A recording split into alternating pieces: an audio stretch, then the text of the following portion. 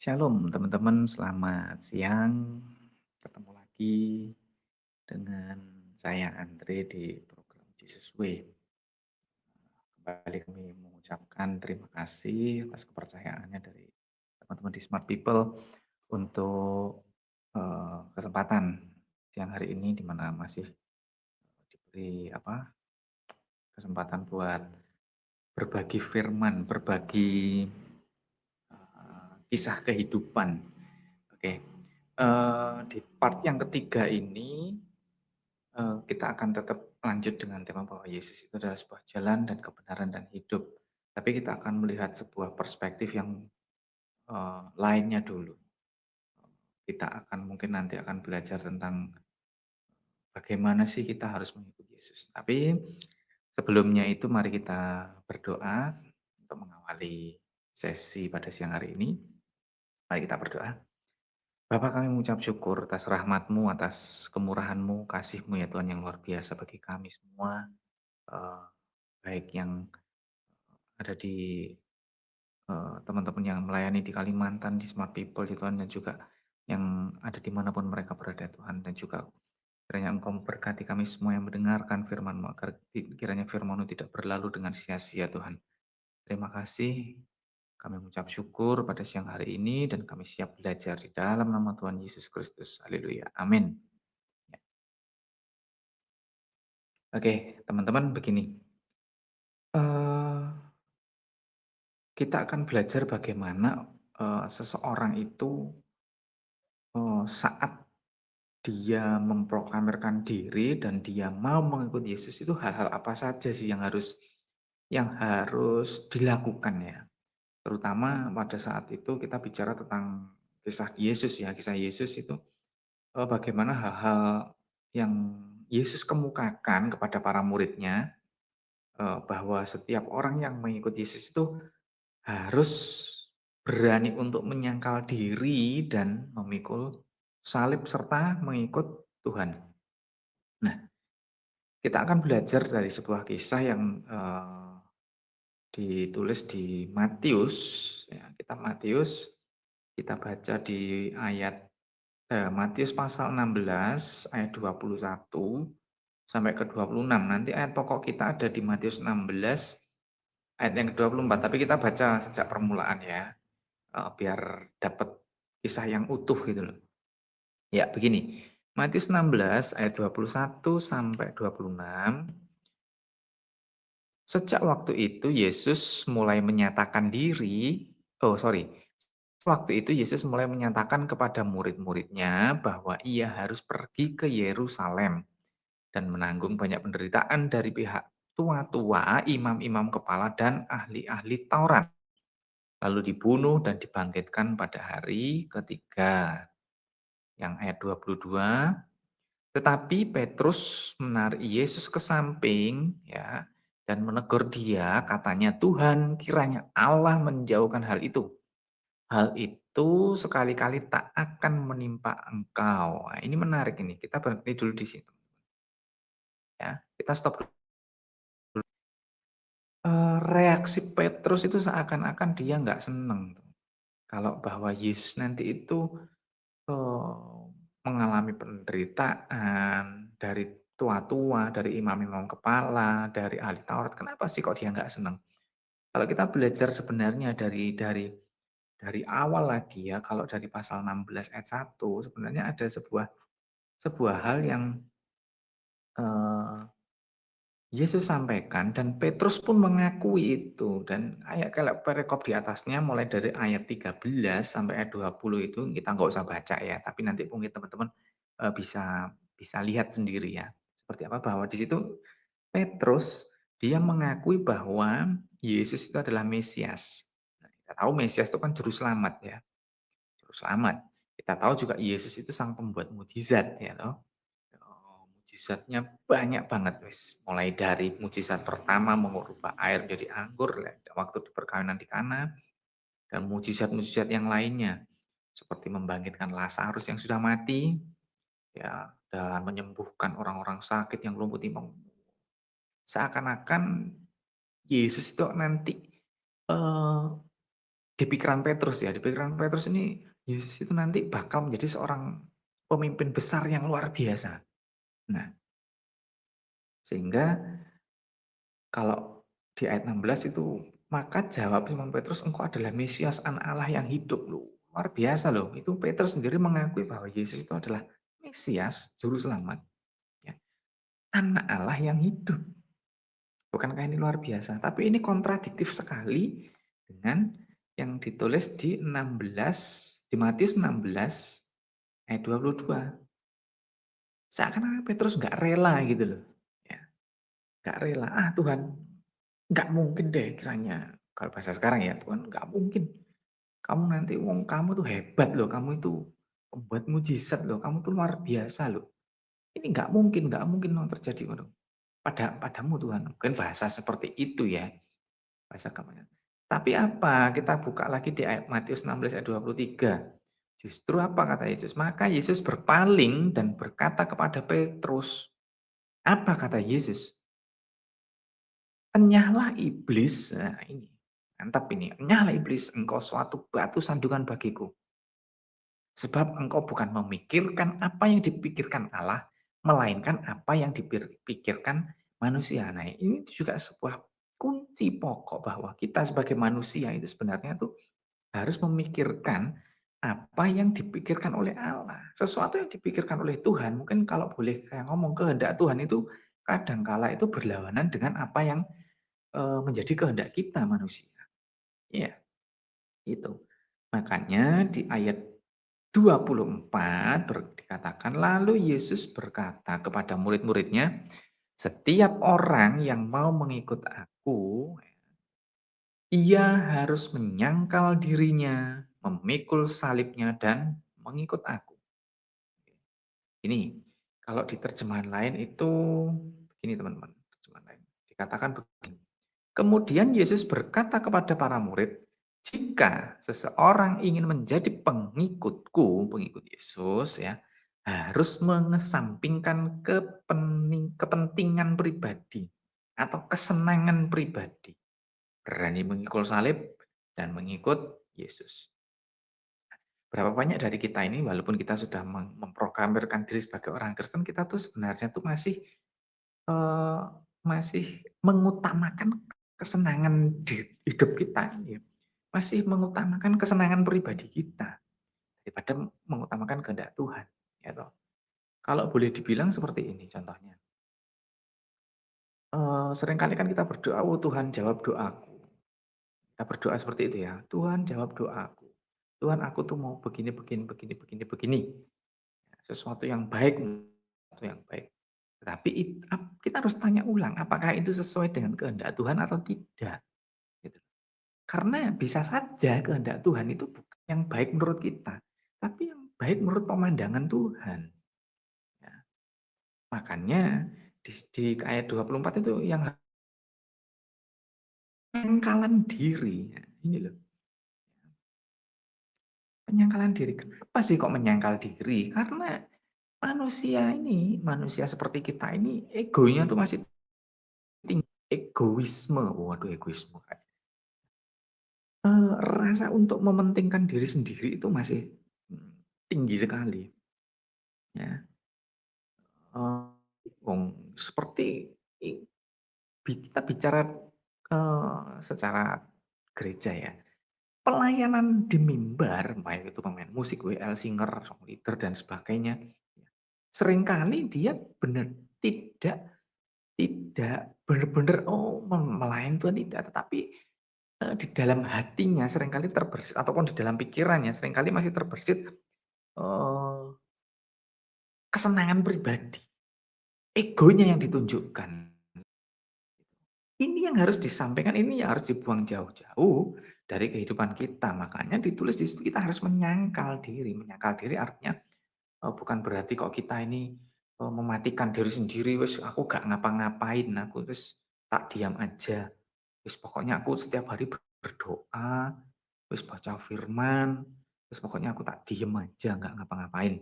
Ya nggak seperti itu juga. Baca firman, doa juga penting, penting.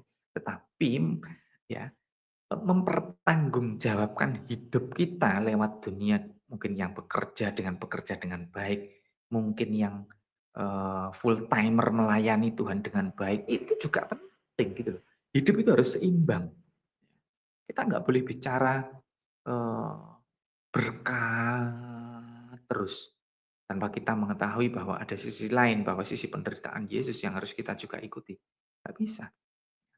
Kita juga berbicara penderitaan, terus rasanya juga kurang pas. Tapi kita berbicara kalau berbicara tentang penderitaan yang harus mungkin kita alami di dalam penderitaan dalam tanda kutip ya, penderitaan yang harus kita alami di dalam dunia itu karena apa? Karena kita akan mendapatkan berkat dari Tuhan. Tuh, poinnya di situ. Dan berkat ini sekali lagi jangan diartikan sebagai berkat materi. Mengikut Tuhan, Tuhan itu tidak sama sekali tidak menjanjikan yang namanya materi. Ya, itu prinsip saya loh ya.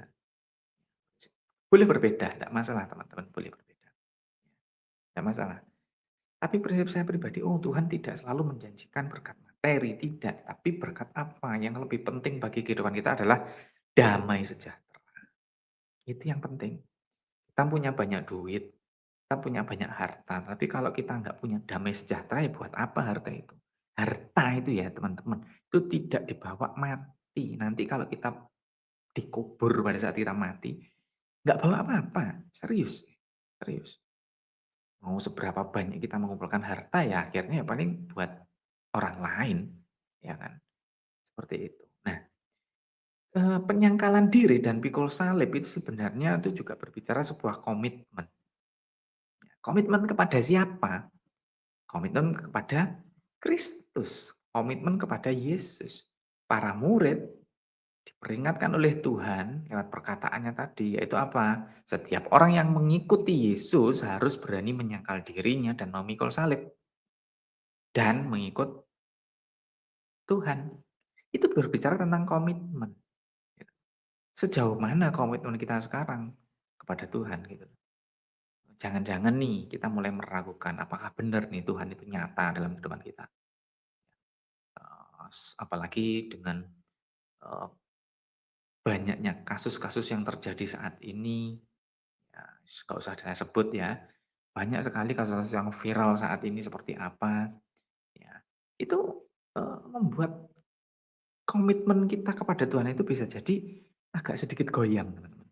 Nah, tapi lewat firman ini kita diingatkan kembali, ayo toh, ayo kembali jaga komitmen. Ya kalau ngomong mungkin ngomong, oh, kamu harus komitmen, enak banget. Tapi begitu kita sampai kepada titik praktek, ini yang susah.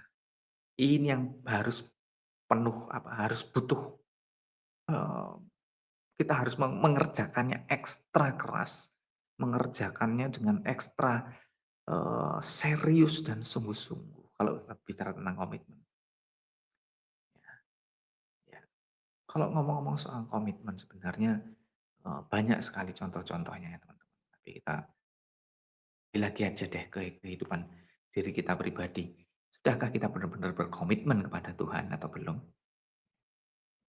Kalau kita sudah berbicara, kalau kita sudah berbicara atau memiliki komitmen kepada Tuhan, berarti harus berani menyangkal diri kita dan memikul salib. Itu komitmen kita di awal. Komitmen itu tidak hanya kita, oh kita ke gereja lokal, ya. Ke gereja lokal, aku setiap minggu ibadah, aku sudah ikut pelayanan loh. Ya, aku sudah ikut pelayanan, ibadahnya rajin, kalau boleh dibilang luar biasa, mungkin dari Senin sampai Minggu, sampai Senin lagi, mungkin setiap hari ke gereja, pelayanan tidak henti. Itu, oh ini komitmenku kepada Tuhan. Tapi apakah dia sudah berani memikul salib atau dia menyangkal dirinya? Ke gereja setiap hari tidak serta-merta membangun keimanan kita. Tidak serta-merta membangun kerohanian kita. Walaupun itu juga penting. Ke gereja beribadah itu juga penting. Ya, tidak ada yang tidak penting. Baik mendengarkan firman itu juga penting. Mendengarkan firman secara onsite ya ataupun online atau kita membaca firman lewat kitab suci yang kita punya. Sekarang kan apalagi dengan teknologi yang berkembang, ya, HP kita bisa buka dimanapun, teman-teman bisa buka dimanapun. pada saat ngapain aja pun bisa buka. Seperti itu dituntut sebuah komitmen, gitu loh. Nah, komitmen itu juga berarti apa? Berarti kita harus tetap setia dengan penuh tanggung jawab dan berusaha untuk mempertahankan hubungan kita dengan Kristus tentunya ya, meskipun menghadapi tantangan. Ini yang berat, ini yang berat. Sesuatu yang murni, saya dulu kerja di sebuah pabrik emas ya, masih Surabaya. Pada saat kalau umpamanya mau membuat emas, sorry, mau membentuk emas batangan itu menjadi sebuah perhiasan, itu melalui sebuah rangkaian proses yang panjang sekali, ya. Yang pertama adalah untuk mengetahui kemurnian emas itu harus dites, kadarnya berapa, ya. Dites dulu. Nah, kalau kita kembali dulu, kita satu persatu poinnya ya. Kalau kita mau melihat sejauh mana ya, kadar rohani kita, kita harus berani dites oleh Tuhan lewat ujian. Itu loh. Jangan menghindari ujian. Ujian itu lewat macam-macam. Gitu. Seringkali yang kita lakukan pada saat kita, jangan-jangan loh ya, ini jangan-jangan. Pada saat kita menghadapi sebuah ujian, menghadapi tantangan, jangan-jangan kita doanya begini, Tuhan, lalukanlah ujian ini daripadaku. Jangan-jangan seperti itu. Ya, tadi saya bilang apa, pada saat emas itu mau dibentuk jadi perhiasan, kita harus dites kadarnya berapa. Begitu juga tes kadar rohani kita itu seperti apa. Dan belum berhenti sampai di situ saja teman-teman. Masih ada proses lanjutannya lagi, emas yang memiliki kadar yang baik dilebur di dalam peleburan, ya, dilebur di dalam peleburan. Nah, pasti yang namanya dilebur itu panasnya luar biasa, di suhunya sekian derajat. Yang pasti panas, panas banget. Nah, pada saat kita menghadapi yang namanya proses dari Tuhan itu, pasti kadang-kadang hati ini dibikin panas. Apalagi kalau mungkin menyangkut harga diri kita ya. Mungkin harga diri kita sudah dilukai oleh orang lain. Tapi bisa jadi itu merupakan ujian. Pernah suatu ketika saya, begini, ya kalau dibilang harga diri terinjak-injak ya enggak juga sebenarnya seperti itu. Tapi pada saat itu saya seakan-akan sedang mengalami kebosanan yang luar biasa. Pada saat itu saya disuruh seseorang untuk, "Nanti kalau ke kota A, mampir ya, ambil ambil ini ya." Yang diambil itu sebenarnya itu, apa, barang-barang yang sebenarnya sudah nggak kepakai gitu loh. Buat apa saya ambil gitu loh. Nanti kalau saya ambil, menu-menuin rumah saya, ya kan, kayak gitu. Karena di tempat saya juga sudah banyak barang-barang. Saya rasanya, males, ngapain juga sih. Aku kok sana cuman ngambil barang-barang yang dalam tanda kutip saya bilangnya itu paling namanya suruh nunut buang no. Sebenarnya cuma itu. Tapi apa? Itu rasanya ego saya itu lagi wah tinggi banget ya. Ngapain juga ke sana ya. Kalau enggak ya bilang aja, "Duh sorry aku nggak bisa ke sana ini. Sorry aku." Iya nanti kalau ke sana padahal nggak ke sana-sana nggak apa-apa. Tapi di situ saya belajar apa? Oh, dalam hal seperti itu aku sudah berlaku egois. Ya, dalam hal seperti itu aku sudah berlaku nggak benar ini. Gitu. Nah, egois itu kan nggak dirasakan sebenarnya. Keegoisan manusia itu sebenarnya banyak terjadi di hal-hal yang kecil. Mulai dari hal yang mungkin remeh, kita anggap remeh. Itu di situ mulai Gus. Dari satu hal yang kerikil, dari satu hal yang kecil ya, kayak seperti contohnya kerikil. Kerikil itu bisa menjatuhkan manusia. Apa? Tergelincir, kepleset bahasanya. Ya. Dari hal-hal yang kecil ini kalau kita tumpuk terus, nanti akan terjadi seperti efek bola salju. Nah, semakin lama semakin besar. Kalau sudah besar, ego kita sudah besar, sudah gede, bahasa saya meledos sudah. Kalau sudah meledos, wah itu mungkin hati sudah keras. Tidak mau diperingatkan oleh firman Tuhan, tidak mau ditegur oleh Tuhan. Ini yang berbahaya. Nah, itu kita berarti gagal menyangkal diri kita gitu. Dari satu hal yang kecil tadi loh, ego tadi. Ini kita gagal gitu loh. Nah, Ya, kita lanjut dulu. Nah, komitmen kita kepada Tuhan itu berarti kita tetap setia, ya, plus berusaha untuk mempertahankan hubungan dengan Kristus. Nah, mempertahankan hubungan ini sesuatu yang menurut saya itu agak susah, agak susah. Kalau kita lihat, di sekitar kita ya, banyak sekali pasangan-pasangan yang gagal dia mempertahankan hubungan keluarganya. Baru nikah setahun sudah pisah. Ekstrim juga baru nikah 1 bulan, 2 bulan, 3 bulan, seumur jagung sudah pisah. Gagal mempertahankan hubungan, gagal melakukan komitmennya, gagal melaksanakan janji pernikahannya. Nah, ini teman-teman, ini susah sekali ini, ya. Juga jangan-jangan kita gagal mempertahankan hubungan kita dengan Tuhan. Ini yang lebih gawat dibandingkan cuman gagal mempertahankan hubungan dengan eee hubungan rumah tangga. Yang lebih gawat itu adalah nanti kalau kita gagal mempertahankan hubungan dengan Tuhan. Poin utama kehidupan kita itu adalah apa? Hubungan kita dengan Tuhan. Seperti ada lakukan, terhubung gitu loh. Ku terhubung denganmu. Nah, itu bagaimana kita harus menjaga kehidupan kita ini selalu terhubung, selalu connect dengan Tuhan. Ini yang membutuhkan perjuangan yang keras. Itu teman. Ya. Nah, mengikut Tuhan itu ya, kita kembali, mengikut Tuhan itu artinya apa? Menjadi seorang murid, konteksnya. Menjadi seorang murid atau kita mengikuti teladan Tuhan. Itu artinya menjadi mengikut Tuhan. Sudahkah kita meneladani Tuhan? Ya, ini sebuah pertanyaan yang sejak dari zaman dulu sampai sekarang itu yang menjadi pertanyaan buat saya pribadi juga. Sudahkah saya benar-benar menjadi dia? Saya rasa belum. Saya belum sempurna. Masih banyak kemelesetan-kemelesetan rohani yang saya lakukan. Saya juga bukan orang yang baik-baik banget juga enggak gitu. Orang yang sempurna juga enggak. Tapi siapa? Aku mau diproses oleh Tuhan sebagai bentuk penyangkalan diriku. Kalau aku salah, aku rela ditegur. Aku rela untuk apa namanya? Diingatkan. Nah, sekarang kita rela nggak kalau kita salah untuk ditegur tuh dengan jangan-jangan seperti ini. Sebenarnya kita tahu sebenarnya kita sudah salah, tapi mungkin terlanjur kita memiliki pilihan, nggak mau aku mengakui kesalahan ini. Buat apa? Gengsi ya.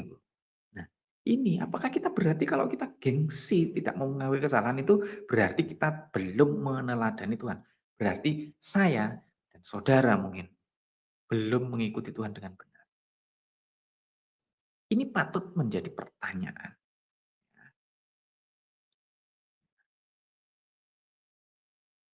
Nah, menjadi pengikut itu berarti setiap aspek kehidupan kita itu semuanya diatur oleh Tuhan.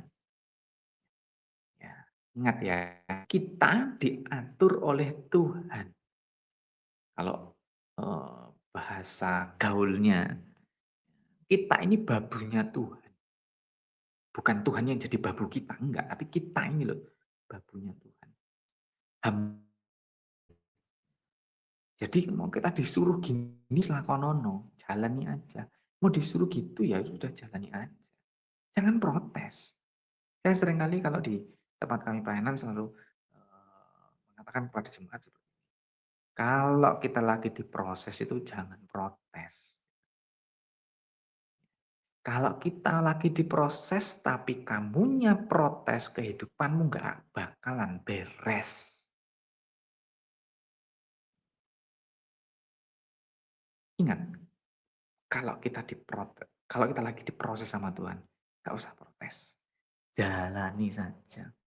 Karena apa? Karena setiap aspek kehidupan kita itu diatur oleh Tuhan. Karena ada lagunya, tiap langkahku diatur oleh Tuhan. Nah, itu. Setiap langkah kehidupan kita 1 menit ke depan pun kita nggak tahu, tapi yang tahu Tuhan. Hanya Tuhan yang tahu. Bukan kok kita malah yang ngatur Tuhan. Seperti apa? Seperti tadi Petrus di ayat 22. Dia itu ngatur Tuhan. Makanya Tuhan marah. Nyala iblis itu bukan berarti mengatakan kok Petrus ini iblis, bukan. Tetapi nyala pikiran-pikiran yang kotor dalam diri Petrus. Seperti itu. Karena apa? Karena yang dipikirkan Petrus pada saat itu adalah dari sudut pandangnya manusia, bukan dari sudut pandangnya Tuhan. Makanya manusia itu nggak nyampe pola pikir kita itu buat memikir pola pikirnya Tuhan itu nggak sampai, teman-teman. Nggak bakalan bisa. Nah, oke, kita lanjut ya.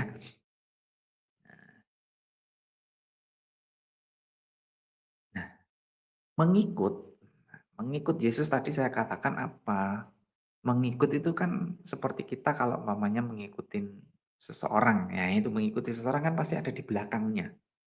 Ada di belakangnya kan. Dan ini relevansinya apa? Relevansinya bagi kehidupan kita apa? Jika Yesus ya melewati jalan yang namanya kekudusan, kesucian hidup, ya susullah seperti dia jalan seperti Yesus itu jalan di mana itu. Contohnya gini, kalau Yesus memilih jalan kekudusan untuk menuju kekekalan ya, ya kita juga harus mengikuti dia lewat jalan kekudusan yang sama seperti jalan yang dilewati Yesus. Seperti itu. Jangan malah kita semuanya sendiri, contoh aja, contoh kita dari mana? Dari Surabaya ke Malang gitu aja ya. Surabaya ke Malang, eee, ya jalannya pasti ya lewat tol, paling Sidoarjo naik tol sampai Malang. Ya ikuti jalan itu, kita mau sampai tujuannya ke Malang. Jangan kok malah yang Yesus contoh nih ya, contoh ya dalam contoh aja. Contoh Yesus mau ke Malang gitu ya. Yesusnya jalan naik tol Sidoarjo, Pandaan sampai Malang.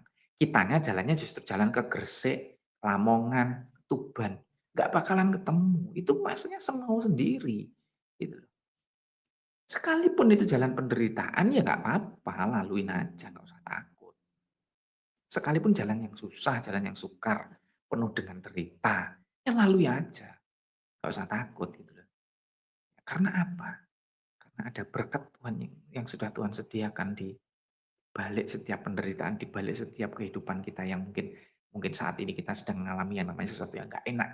Ada berkat dari setiap masalah yang Tuhan berikan. Ingat, berkat jangan diartikan duit loh ya. Enggak, seperti itu. Jangan.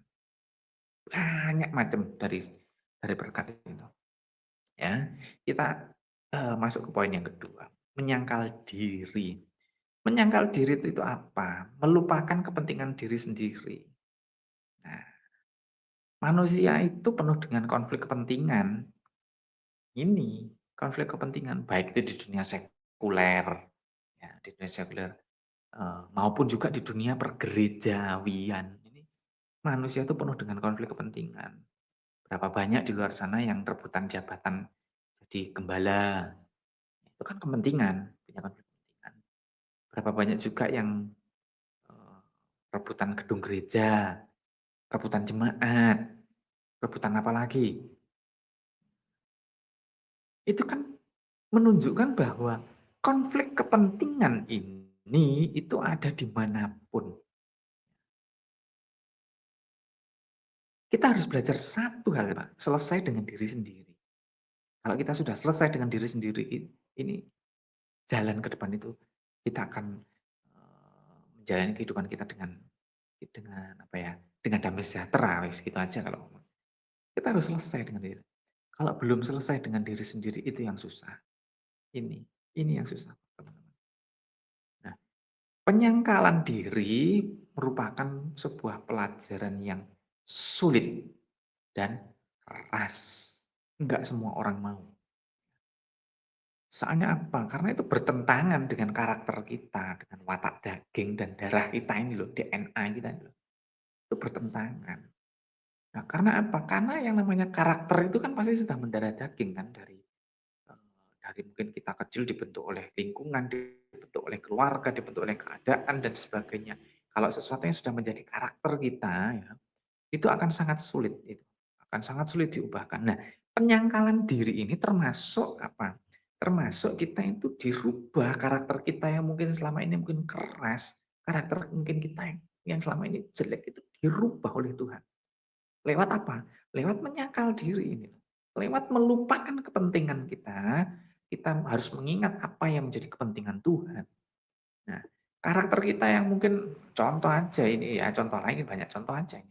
Contoh, mungkin saya senangnya bakso. Kalau makan bakso bisa 2 piring, 3 piring kan sebenarnya bakso itu juga kalau kebanyakan nggak bagus. Ya. Karena saking senangnya dengan bakso, kalau kita diganti oleh makanan yang sehat, makanan yang organik, ya, yang nggak pakai apa namanya penyedap rasa, vetsin dan sebagainya, pasti rasanya nggak enak. Pasti rasanya. Karena kita sudah terbiasa makan yang pakai micin, pakai vetsin itu tadi loh. Pakai vetsin itu kan enak banget rasanya. Kayak penyedap rasa tuh enak banget. Nah, tetapi pada saat kita makan yang organik kan rasanya kok hambar.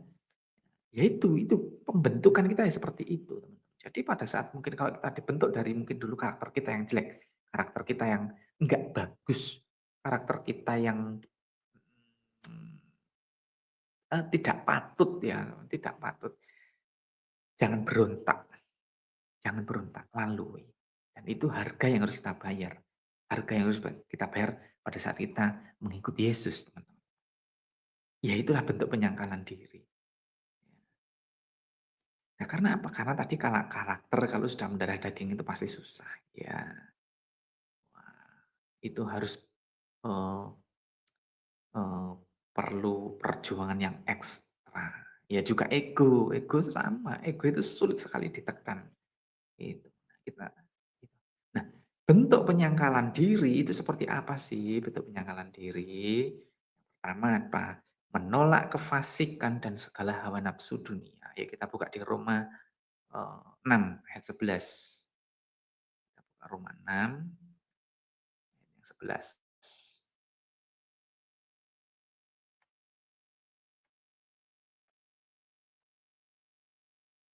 Roma 6 ayat yang ke-11.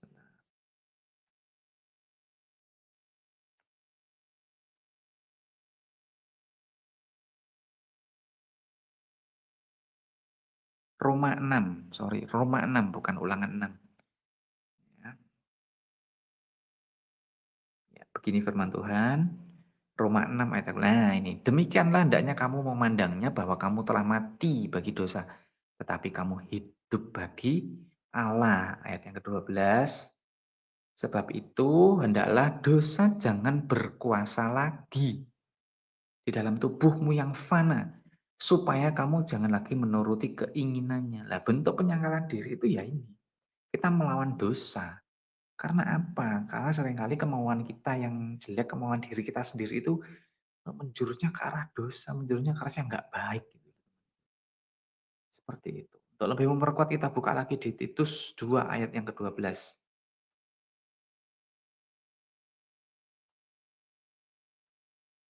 Surat Titus kedua ayat yang ke-12. Ya.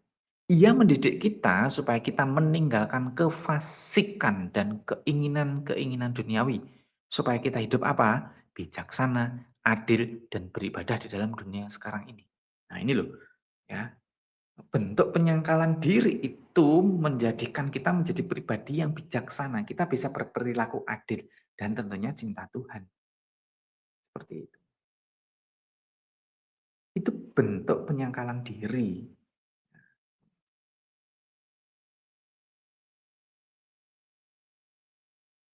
Sebentar. Nah, terus apalagi penyangkalan-penyangkalan diri yang harus, kita lakukan. Yang kedua adalah apa? Tidak mencari kesenangan diri sendiri. Apa ya kalau bahasa kerennya itu, tidak mencari keuntungan diri sendiri, seperti itu. Seringkali apa yang kita lakukan itu hanya untuk mencari keuntungan diri sendiri. Kita egois di situ kan. Kita nggak memikirkan orang lain. Kita buka lagi, kembali kita masih buka terus ayatnya ini, biar banyak ini. Roma 15, surat Roma 15, ayat yang ke-1 sampai ayat yang ketiga. Ya. Kita yang kuat wajib menanggung kelemahan orang yang tidak kuat. Dan apa di situ ditulis? Jangan kita mencari kesenangan kita sendiri. Oh, itu egonya manusia itu gede banget. Makanya kok ditulis sampai di kitab Roma ini ya, surat Roma ini. Apa? Kita yang kuat, kita yang mampu. Mungkin kita yang pinter, mungkin kita yang dikasih Tuhan kelebihan. Ya, kita harus menanggung kelemahan orang lain yang tidak kuat. Jangan kok malah kita menindas mereka.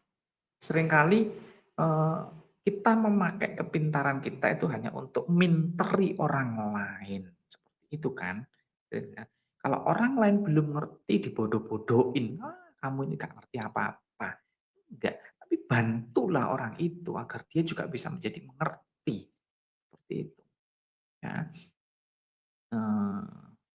Ayat 2, setiap orang di antara kita harus mencari kesenangan sesama kita demi kebaikannya untuk membangunnya. Ya, ayat 3, karena Kristus juga tidak mencari kesenangannya sendiri. Ini loh, kalau kita ngaku kita pengikut Kristus, kita harus berjalan seperti Kristus. Kristus sendiri tidak mencari kesenangannya sendiri. Tetapi seperti ada tertulis, kata-kata cercaan mereka yang mencerca aku, yang mencerca engkau telah mengenai aku. Ini Paulus yang ngomong ini. Paulus itu seorang seorang rasul yang benar-benar dia belajar banyak dari pribadi Kristus. Sampai akhirnya kehidupan Paulus ya nggak ada enaknya juga itu. Nggak ada enaknya. Ya, sampai kata-kata hinaan, kata-kata cercaan pun dialami oleh Paulus. Dia juga tidak mencari kesenangannya sendiri, tapi dia belajar untuk berbagi dengan orang. Seperti itu teman-teman. Ya. Kalau kembali ke pelayanan saya di di Blitar, ini itu bukan gereja yang besar, bukan. Tapi saya membantu orang tua saya mengembalakan di tempat ini itu. Bukan gereja besar, kami hanya gereja kecil. Kebanyakan jemaat di tempat kami ini adalah ibu-ibu janda, orang yang sudah tua dan non produktif. Seperti itu. Lah kalau kita mengharapkan contoh mengharapkan sesuatu dari mereka itu dari mana? Wong sudah non produktif semua. Seperti itu. Tetapi yang menjadi rasa syukur saya pribadi, karena Tuhan itu membela kita terus luar biasa banget.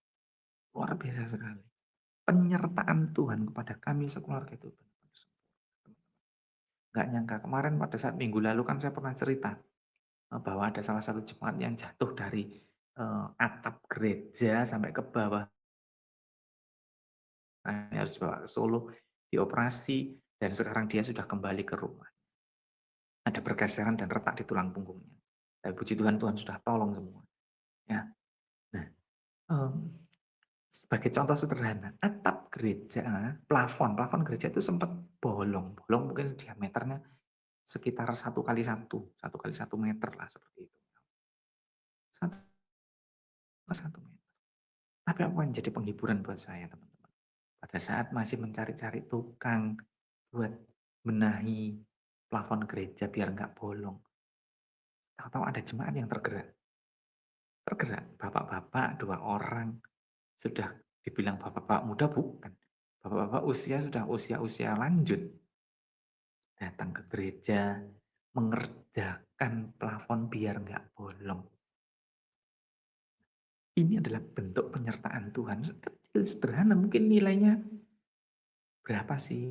Tapi itu wujud mereka mengabdikan dirinya dia eh, wujud apa namanya rasa memiliki seperti itu. Oh, kok tahu gereja ini bolong dikerjakan. Bukannya kami masih mencari tukang, tapi tahu-tahu Tuhan gerakkan 2 orang ini untuk memperbaiki. Itu wujud penderitaan Tuhan. Dan bagi mereka pun dia juga pasti Tuhan akan balas perbuatannya. Seperti itu. Pembalasan Tuhan untuk kerelaan hati kita dalam kita melakukan sesuatu untuk Tuhan itu macam-macam sekali bentuknya. Damai sejahtera, rasa aman, bisa menikmati segala sesuatu itu. Itulah berkat yang Tuhan berikan kepada kita. Ya. Itu bentuk penyangkalan diri. Sekarang kita akan poin yang ketiga. Poin yang terakhir yaitu apa? Tentang pikul salib. Apa sih yang dimaksudkan pikul salib ini? Apakah kita harus membuat eh, salib seperti zaman Yesus? Lalu kita pikul kemana-mana, kita bawa kemana-mana, kita panggul, pikul, apa ya istilahnya? Kita bawa kemana-mana di pundak kita, mau ke pasar dibawa, mau kerja dibawa, maka seperti itu. Tidak. Tapi memikul salib itu adalah seluruh penderitaan kita. Nah, apa? Pada saat kita melawan ego kita tadi pada proses penyangkalan diri, itu adalah bentuk penderitaan yang kita alami. Loh, sesuatu yang harusnya tak lakukan yang enak itu kan terus karena aku sedang menyangkal diri akhirnya kan aduh jadi nggak enak toh. Nah, ya tadi itu contohnya pada saat kesukaan makannya bakso begitu disuruh makan sayuran sehat, sayuran organik awalnya nggak enak. Kita menderita, mulut lidah kita ini loh, perasa kita ini menderita. Waduh kok gak enak sih gitu. Aduh gak enak, apalagi suruh minum jus sayur yang utuh, jus sayur tanpa dicampur apa-apa itu. Itu sehat. Tapi nggak mau, nggak enak. Itu bentuk penderitaan kita. Bagaimana kita mengatasinya. Bagaimana kita benar-benar melawan diri kita, pribadi kita, monster yang ada di dalam diri kita itu tadi. Nah, karena apa? Penderitaan semacam itulah yang melebeli diri kita itu sebagai anak-anak Tuhan. Makna dari pikul salib ada di dalam Alkitab itu mempunyai arti yang erat sekali dengan ajaran Yesus Kristus ya. Ajaran Yesus Kristus itu identik dengan sangkal diri dan pikul salib. Kalau kita lihat rasul-rasul itu kan eh, pada saat dia mengikuti Yesus, pada saat mereka memberitakan Injil, kehidupan mereka kan juga penuh sekali dengan penderitaan. Tapi mereka melakukan itu dengan senang hati, melakukan itu dengan rela hati karena apa? Karena mereka mendapatkan berkat yang sepadan. Apa? Kehidupan kekal di dalam kerajaan surga, teman-teman. Itu. Oleh karena itu, eh, sangkal diri dan pikul salib adalah apa? Bentuk simbol dari kesediaan kita untuk mengikut Yesus. Termasuk siap menderita, siap mengorbankan diri, hidup dalam ketaatan penuh kepada Tuhan dan mengikuti teladannya. Inilah panggilan kita sebagai orang Kristen. Kalau kita mengaku diri kita Kristen, kita harus siap. Siap sedia. Seperti prajurit itu loh, kalau disuruh komandannya berangkat, berangkat. Dia sudah nggak memperdulikan apa. Disuruh maju ke medan perang sekalipun berangkat. Padahal tahu kalau begitu masuk di medan perang masih bisa pulang secara utuh, secara hidup-hidup atau tidak, dia tahu konsekuensinya. Kalau prajurit yang begitu dia diizinkan berangkat ke medan perang, entah nanti pulangnya hidup atau mati, dia tahu konsekuensi itu. Ya itulah kita sebagai orang Kristen. Kita dicetak menjadi prajurit-prajuritnya Kristus. Jadi harus siap eh, siap menanggung segala risikonya. Karena apa? Sekali lagi ingat, berkat yang Tuhan sediakan nanti di kekal itu luar biasa. Tidak ada tandingannya. Seperti itu teman-teman. Jadi jangan alergi dengan yang namanya penderitaan. Jangan alergi yang dengan namanya sangkal diri pikul salib. Justru lewat itulah kehidupan kita akan semakin dekat dengan Tuhan. Justru lewat itulah kehidupan kita akan semakin disempurnakan. Karena kita mau menyangkal diri dan pikul salib. Sebagai bentuk tanggung jawab kita sebagai orang Kristen. Sebagai bentuk pengorban, sebagai bentuk wujud iman kita dan pengikutan kita pada Tuhan. Firman Tuhan tidak saya panjangkan, kiranya bisa menjadi berkat buat teman-teman. Selamat, apa ya, kalau saya boleh bilang, setiap minggu kalau di tempat kami selalu bilang, selamat berpraktek ya, selamat berpraktek. Karena apa? Karena setiap firman yang diucapkan tidak akan berlalu begitu saja, harus dipraktekkan. Jadi nggak usah kaget kalau nanti teman-teman setelah mendengar firman ini tahu-tahu teman-teman langsung praktek. Ya itulah wujud bahwa firman itu benar-benar nyata. Firman itu menjadi daging dalam kehidupan kita. Amin. Dan Yesus memberkati. Mari kita berdoa. Kami mengucap syukur Bapak kalau pada siang hari ini kami sudah belajar tentang bagaimana kami harus memikul salibmu. Kami harus menyangkal diri kami, harus benar-benar mengikuti Engkau dan meneladani Engkau Tuhan. Kami mau belajar terus Engkau proses sehingga kami Engkau dapati sempurna, tak bercacat, tak bercela, dan berani hidup kudus di hadapan Tuhan.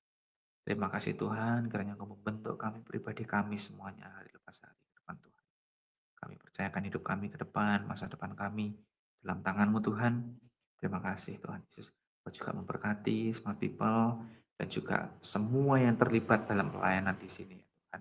Kau memberkati tanpa terkecuali. Terima kasih di dalam nama Tuhan Yesus Kristus. Kami sudah berdoa dan mengucap syukur. Amin.